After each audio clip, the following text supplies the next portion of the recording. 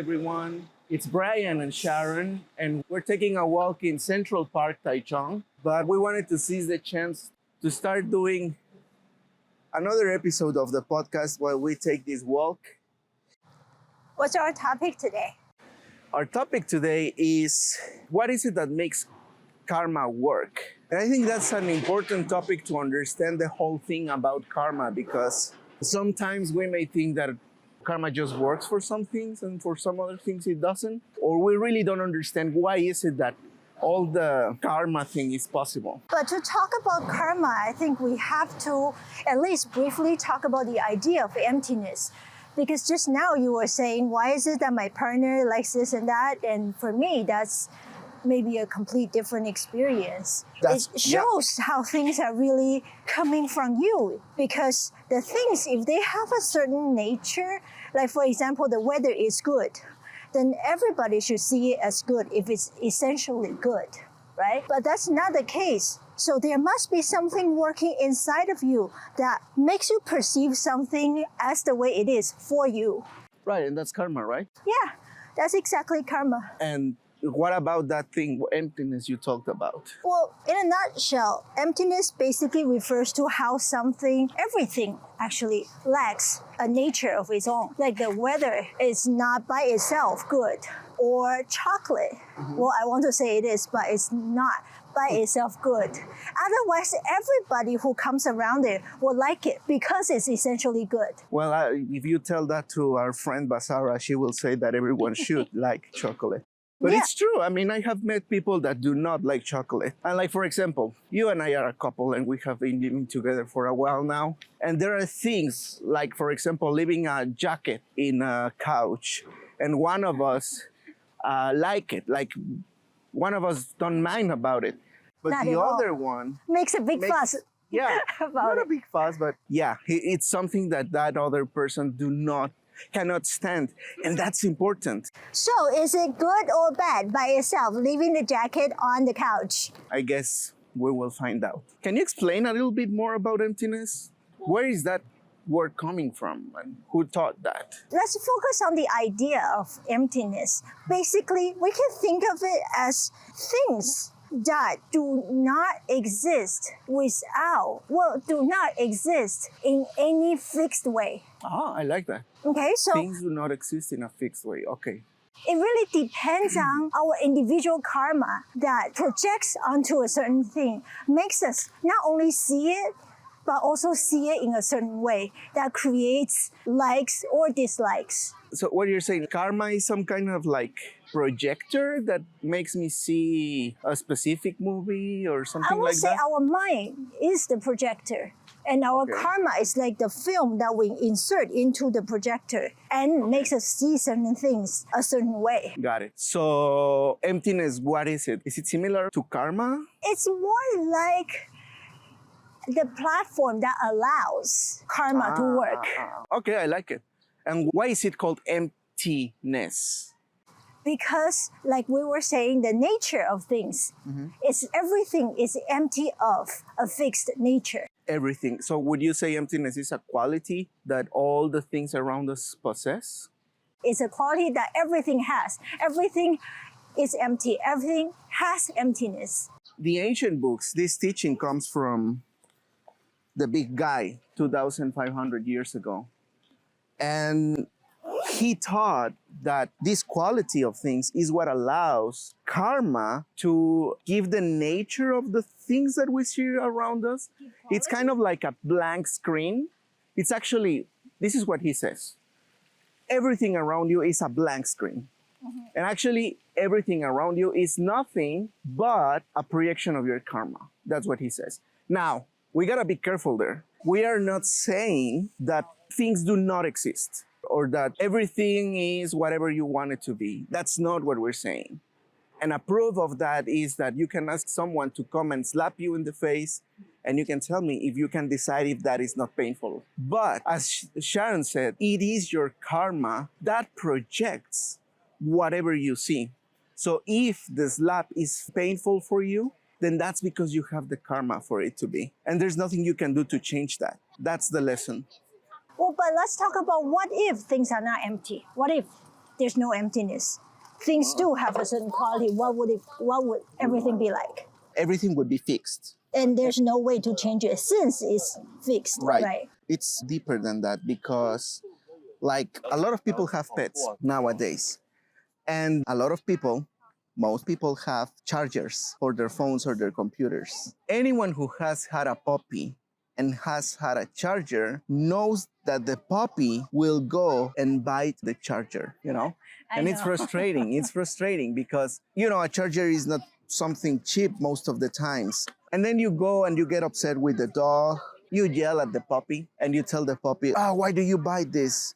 This is a charger. It's not a toy. So in that way, you are proving that the puppy sees that particular object as a chew toy, as something to play with, and not as a charger. If the charger was not coming from my seeds, if the charger didn't have the quality of being like a blank screen, then the puppy should have seen the charger as a charger. That's what Sharon means when she says that things would be fixed if they didn't have the quality of emptiness. And that quality of emptiness, by the way, is not something that we can perceive with our naked eye. Can we perceive it though, at all? We can with our mind.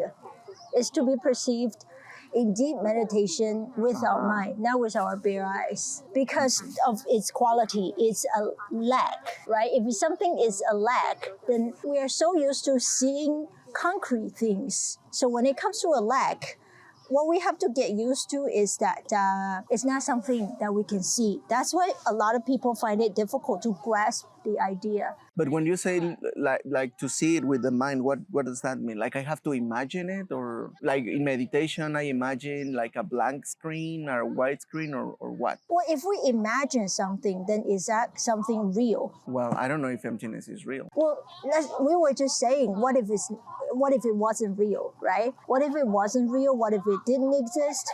Then whatever we see will have some fixed nature to it. Listen, emptiness, you can see it two ways, and both ways are kind of mental, the way that Sharon says. The first way is through logic, like through reasoning, and we just did it with the example of the dog.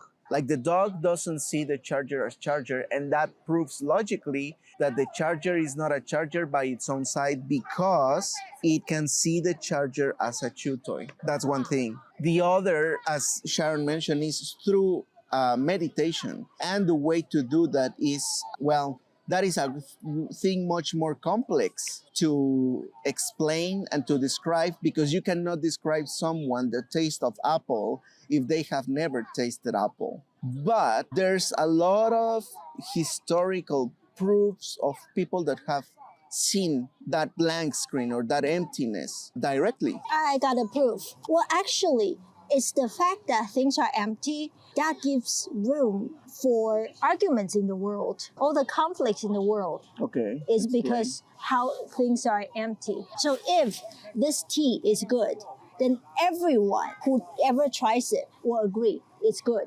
because it's good in its nature. But just because it's empty, it's not good. And I'm sorry, it's not good. It's empty of being good. Then our karma has a platform, an empty platform, a blank screen to project. And Brian, who has very good karma, will enjoy it. But for me, it's just something bitter. And I will try to convince him, don't buy it anymore because it's not that tasty. But he likes it and he keeps buying it. For me, that would be a waste of money, okay? Or take the example of a movie, the new Mission Impossible movie.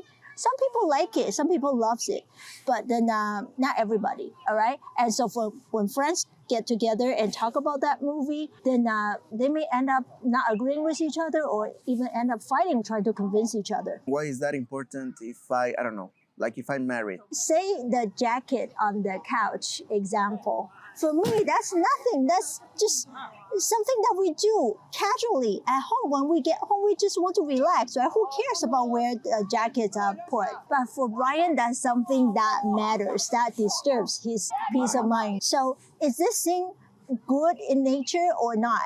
And so next time when we run into an argument with someone or a disagreement, simply a disagreement with someone, then we can just simply recall the idea of emptiness. This thing is lacking a nature of its own. And we just have different opinions because we have different karma ripening at that time. So there's really no point of arguing with each other because we just have different karma to see things differently. But that doesn't mean that you shouldn't solve conflicts. Or that doesn't mean that something is not good or bad. That's you gotta be very careful there. You gotta be extremely careful. You don't wanna go to the extreme in which you think, oh, just because something is empty, then I will try not to care and then leave it as it is. Because then you will be frustrated and that will create more problems in your life. But if you understand and you remember that this has emptiness and this is not bad by its own side, but because of your karma, then you will understand that you should work on your karma to change the situation. I think the whole idea of knowing how things are empty is to prevent us from falling into afflictions or negativities, so that we know that our disagreement is just because we see things differently because of different karma. Like Brian said, it doesn't mean that we shouldn't work to resolve it. We shouldn't fall into judging each other, for example. It's also a great reminder that we can be more open-minded in our lives. For me personally, it's a big deal. Not a big deal, it's just that I spend more time at home.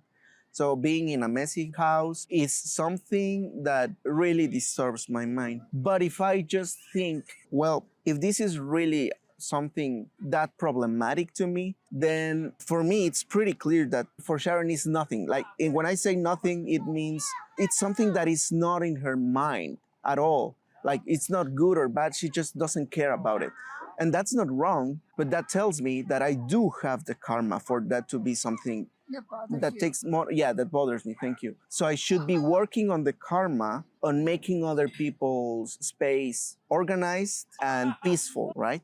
So if I do that, then eventually I hope, and I don't hope because karma Please stay always... tuned. Let's see how it works out. Karma will ripen and change the situation. And let me tell you something, I have very, very clear in my mind where I planted those seeds. Very, very clear. I lived with my parents, I don't know how many years. And my mom is an extremely organized person. Extremely. Like, I feel she goes to the extreme. And I know that many of the things that I did was something that really bothered her in this particular way. So I know I have many, many of those seeds. And I know where it's coming from.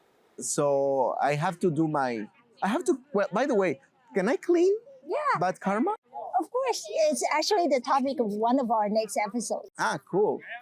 And is there a kind of like a specific way that I should follow to plan a good karma?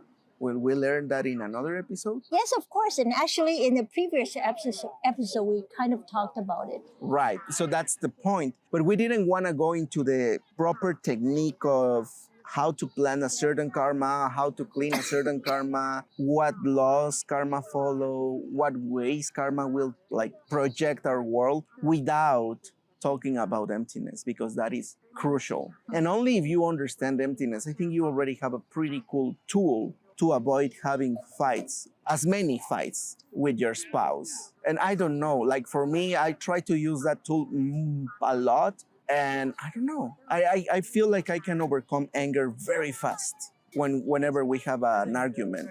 And we do have arguments because we're humans and we have a very wide variety of karmas that we have planted throughout our whole life, whether we are conscious about it, aware of it, or not. I would say the idea of emptiness is one of the most mind-blowing concepts that I have ever learned in this life so far.